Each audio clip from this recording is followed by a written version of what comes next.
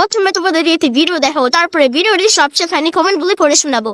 গরম পড়তেই আমার ছেলে মেয়ে দুটোরই শরীর খারাপ। ছেলেকে নিয়ে তো ডাক্তারের কাছে যেতেই হলো, কিন্তু মেয়েকে বলে আর নিতেই পারলাম না। সুমি আমার ডাক্তার কাছে যেতে চায় না শুধুমাত্র ওষুধ খাওয়ার ভয়ে, আর ডাক্তার তো ওকে দেখে বলবে স্লাইন নিতে, আর বাইরের খাবার খেতে একদমই বারণ। এই কথাগুলো শুনতে পারবে না বলেই সুমি ডাক্তার কাছে যেতে চায় না। তো আজকে আমি ছেলেকে নিয়ে ডাক্তার কাছে গেছিলাম। বাড়িতে আসার সময় সুমির জন্য নিয়ে আসলাম হরলিক্স আর ওআরএস। এদিকে সুমি আমাকে ফোন করে বলল, মা তুমি আমার জন্য কিছু খাবার নিয়ে এসো। আমি বললাম, তুই ডাক্তারের কাছে আসলি না, আবার খাবার খেতে চাইছিস? খাবার তো জন্য নিয়েই আসবো না। মেয়ে আমার খাবার খেতে চাইছে, আমি কি করে খাবার না নিয়ে বাড়িতে যাই বলো? বেশি কিছু না আনে দুটো পকোড়াই নিয়ে আসলাম, আর পকোড়া দেখে তো সুমি খুবই খুশি। আর সুমি আমাকে বললো, মা রাগ করে তুমি এরকমই খাবার নিয়ে আসলে যে আমি খেতেই পারছি না। এরকম পকোড়া খেতে তোমরা কে কে ভালোবাসো অবশ্যই জানি।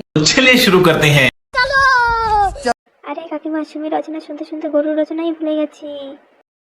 শোনা গো, আমার খুব কষ্ট হচ্ছে বলো। আচ্ছা ঘুরনি কাকিমা, আপনার সুমি কি খাই না বলুন তো? আমি বলুম না, আমার শরম করে। এটা চিকেন ললিপপ না, চিকেন পকোড়া।